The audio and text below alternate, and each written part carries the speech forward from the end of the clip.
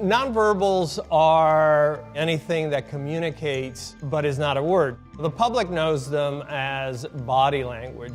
How we dress, how we walk, have meaning, and we use that to interpret what's in the mind of the person.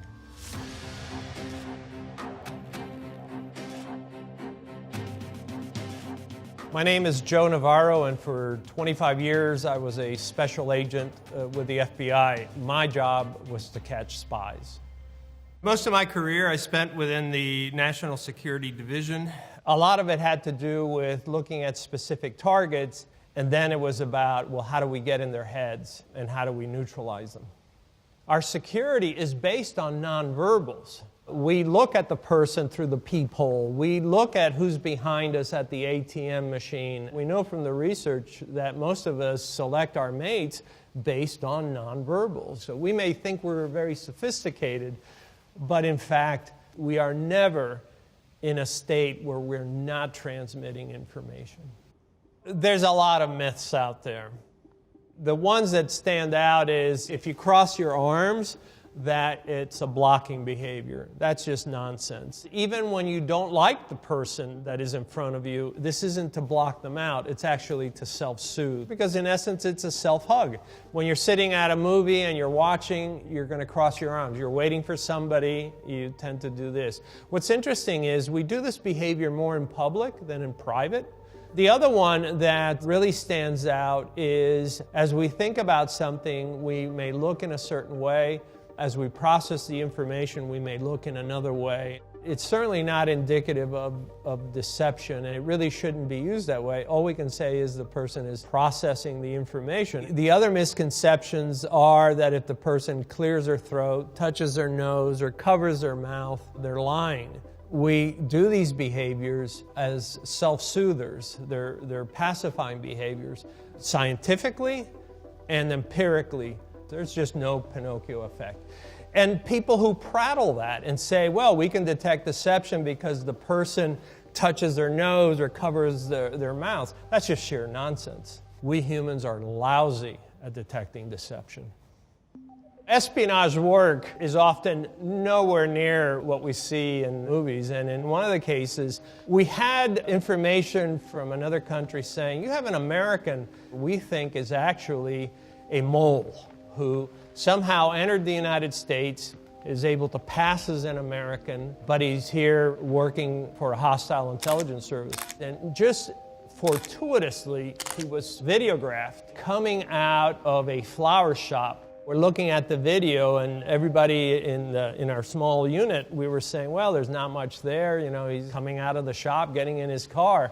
And I said, stop the film right there. Just as he came out of the shop, he took the flowers, and most Americans tend to hold the flowers by the stalk so that the flowers are up. This individual took them and grabbed the stalk and then held the flowers so that they were facing down. And I said, that's how they carry flowers in Eastern Europe. Rather than confront him about, are you a spy, I decided to do what's called a presumptive. So as I sat there with him, I said, would you like to know how we know? And he had this look on his face, and I said, it was the flowers. And then he confessed. When I came into law enforcement, I thought it was all about the confession. It's really about FaceTime. In my 25 years in the FBI, it was a rarity that a person didn't eventually reveal what I needed to know, because we would sit down and have these very lengthy conversations. I look at behaviors to do an assessment. What is this person transmitting in relation to any stimuli? My further questioning comes from my observing these behaviors. The first thing I look at is I look at the hair.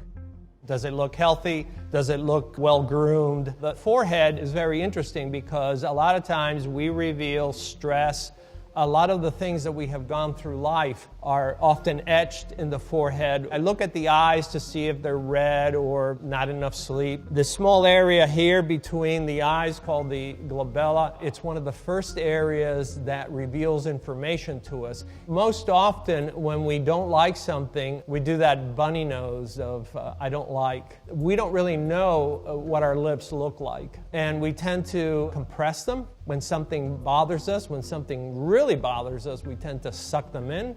The mandibula, and look at the cheeks. We may do something like this. We'll rub our tongue against the inside of the cheek. But when we try to hide it, then it tells me that this person is trying to do some perception management. And if they are, I want to know why. At the neck, I want to see if there's any head tilt, because head tilt, the person is more relaxed. The minute the head tilt goes away, there's usually some issue. I'm looking at the shoulders. You ask somebody a question and they don't know, both shoulders shoot up very quickly. And then I look at the hands. When something's troubling us, we tend to stiffen our fingers, interlace them, and almost like a teepee, we move our hands back and forth very slowly. This is to be differentiated from when we do the steeple, which we do in this position. When something's at issue, we tend to put our hands on our hips and we become very territorial. This is called arms akimbo. But look how it changes when we put our thumbs forward, and then it becomes one of more of I'm inquisitive. But I also look for any behaviors of ventilating, because men tend to ventilate at the neck, and we do at the very instant something bothers us. And then I look at the legs to see if there's any brushing of the legs with the hands, which is, again, to pacify. And then the feet. Do I see any behaviors such as wiggling of the feet, kicking of the feet? If I ask a question and all of a sudden the feet withdraw and are crossed, perhaps the person feels a little threatened by that question. So when we study nonverbals, it's not about making judgments. It's about assessing what is this person transmitting in that moment. It really is looking at an individual and saying, what are they transmitting? We're all transmitting at all times. We choose the clothes that we wear, how we groom ourselves, how we dress, but also how do we carry ourselves? Are we coming to the office on this particular day with a lot of energy, or are we coming in with a different sort of pace? And what we look for are differences in behavior down to the minutia of what is this individual's posture as they're walking down the street? Are they on the inside of the sidewalk, on the outside? Can we see his blink rate? Can we see how often he's looking at his watch? I know your blink rate is around eight times a minute, but you don't know that. You're not sitting there counting. All these things factor in because they're transmitting information. Now it's up to us to then use that information to say, okay, we need to marshal resources to be on that individual right now.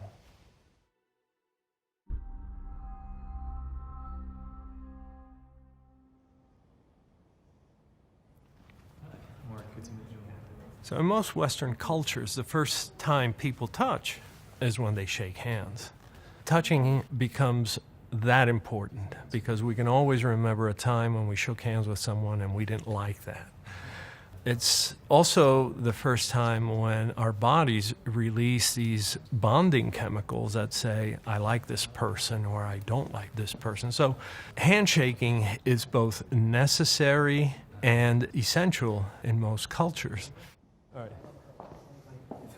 Pigeons are supposed to be like dirty birds. Nobody actually ever, got them as a pet. Ladies, hi, I'm Joe Navarro. Joe, I'm Laura. Laura, how are you? And you are? Khadija. Khadija, how are you? Okay. Let me ask you this. Let's back up a little bit. Is this comfortable for you? Yes. Yeah, it's a little bit more comfortable. But it's not for you, is it? Nope. All right, thank you. All right, so keep talking. What we've done here is we've talked about the importance of space and comfort. They don't realize is how much further apart they are now standing. And it's because we have brought this subject up to make them comfortable about saying, hey, it's okay to be comfortable at your perfect distance. And so now we see when they rock away from each other and they create this space. If you notice, their feet tend to move around more. There's a dynamic going on here where they're kind of trying to find, well, what is the perfect space? What is the perfect distance? And we know that they're unsettled because of the high degree of movement that's going on. Check. Poker is an interesting game. The similitudes of sitting across from a spy or sitting across from players, it's their reactions to a stimulus. We have behaviors indicative of psychological discomfort that we use at home, at work, or at the poker table. So we're going to take a look at poker players and some of the body language that you'll find at a typical poker game.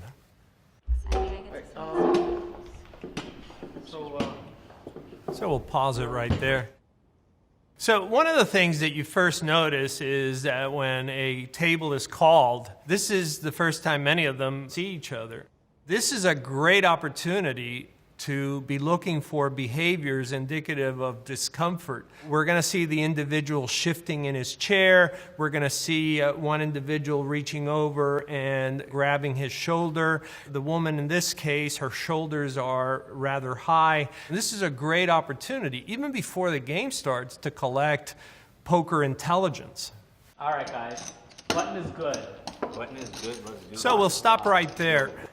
Look where their hands are at. Here we're looking at player number 2 and number 3, and we notice right away that their hands are on top of the cards. Some players will cage their cards. Some players will put their hands directly on top and press them down. And they may do that because the cards have now increased in value. Player number 1 tends to keep his hands very close to his body. Player number 4, she's actually withdrawn her hands from the table because when we like things, we tend to move our hands forward. When we don't like things, we tend to move the hands away. These guys are my cards. So as we look at player number 3, I'm often asked about players who shuffle their chips. What you're really doing is self-soothing, and this just helps you to make it through the game, and that's really all we're looking for. Oh, come on. Nice. Okay, so we'll stop right there. Player number 5 is sitting there, arms crossed. You don't see a lot of activity. That doesn't mean he's not transmitting a lot of information. On down the line, I want to see where those thumbs of his are, because he holds them very close when nothing's going on. But does that change as the game evolves? If you're looking at nonverbals, it's often useful to look at them at double the speed because all the nonverbals that are critical jump out at you as though it were a caricature. All right, so stop right there. The woman in position number 4, you see her head moving around quite a bit. Player number 3, you see a lot of activity with his hands. When we look at player number 5, now his hands are fully out. This is as far as we've seen them before. At this point, we know that he's engaged and that he's interested. Now the game is out in the open. 75 to 80% of the information we need is sitting out there. What you often see is everybody's looking at their own cards or looking at the community cards rather than looking around. You should be looking around to see, well, what was the reaction, because you're going to see that reaction again. You know, in poker, we used to say that you can have a poker face, but I countered you can't have a poker body. Somewhere it's going to be revealed. When I was in college in the early 70s, there were really no courses on nonverbal communications. You quickly realize that, to a great extent, it's really about what you can interpret from behavior. And so we talk about nonverbals because it matters, because it has gravitas, because it affects how we communicate with each other. When it comes to nonverbals, this is no small matter. We primarily communicate nonverbally, and we always will.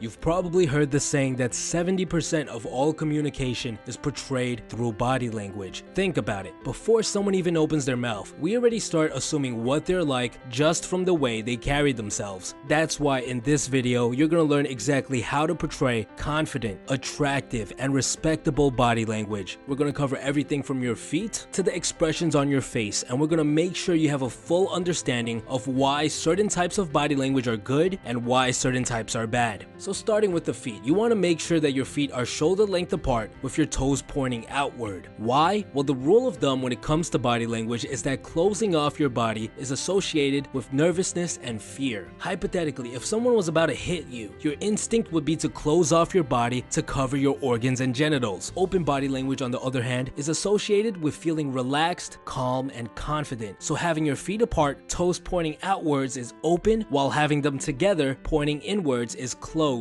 Moving on to your hands. Do not keep your hands in your pocket. Do not cross them. Do not have one hand holding the arm of the other hand. And if you're at a party, do not hold a drink covering your chest. All of these are forms of closed body language. So what should I be doing with my hands and arms instead? It's best to keep your hands at your sides, relaxed, even if you have a drink. If you're speaking with someone, you can use your hands to emphasize certain points. If you were to ask me to adjust one part of the body that would have the biggest influence on how people perceived you, it would have to be the chest. This is actually the area that people have problems with the most. A lot of us have what are called rounded shoulders. Our shoulders arc forward past the neck, largely due to our culture, which is increasingly dependent on computer usage. The ideal way to hold your chest is to have your chest outwards and your shoulders back, like in this image here. For those of you who have a posture problem due to years of computer usage, there are a lot of exercises out there that will help straighten your back and fix your shoulders. Moving on to the head. You should stand straight with your head in line with the rest of your body. Your head should be facing forward. You don't want to tilt it down as it seems too submissive, and you don't want to tilt it up too much as it seems too arrogant. The face is a large part of how people perceive you during interactions. There are two things that you'll want to focus on. The first is eye contact. Chances are, if you're watching this video, you're not making enough eye contact, especially if you're a male. Strong eye contact is a huge indicator for confidence. I'm sure you've met people who seem totally normal, but just could not maintain eye contact. This makes the interaction feel very uncomfortable, and they come off as very, very unconfident. The magic ratio you want to maintain is 80-20. You want to spend 80% of the time during a conversation making eye contact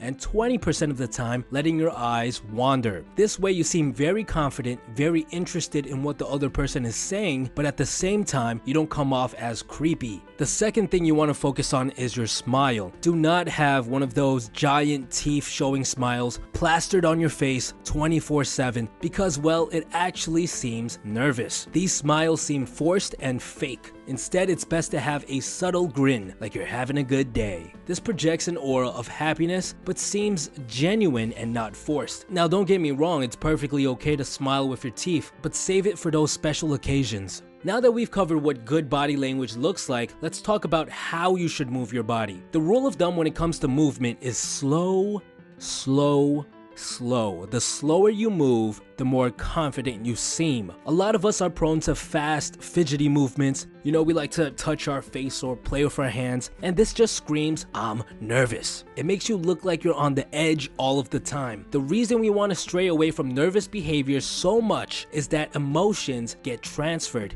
If you're nervous, the people you're interacting with will feel uncomfortable as well. They feel as if something is wrong, and this hinders your overall likability. Well, how slow should we move? Honestly, you could move pretty slow without it looking weird. Just don't move too slow like you're in the Matrix. The last concept we're going to talk about is space. This relates a lot to the open and closed body language concept that we spoke about earlier. The more space you take up, the more comfortable and confident you seem. When you're at a desk, spread your belongings. Don't be afraid to have some space between your phone and your notebook. But don't be that guy who takes up 3 seats with his book bag and jacket. When you're sitting, don't be afraid to sit with your legs apart. Drape your arms on the chair next to you if it's empty. Do not be afraid to open up your body. And that's it. If you want to be perceived as more confident, look more attractive, and gain more respect, you just have to keep in mind these concepts. Stay away from closed body language, move slower, take up more space, and increase the amount of eye contact you make. By making these changes, I can 100% guarantee you'll see an improvement in your social interactions, whether it be on dates, during meetings, at parties, or even just hanging out with your friends.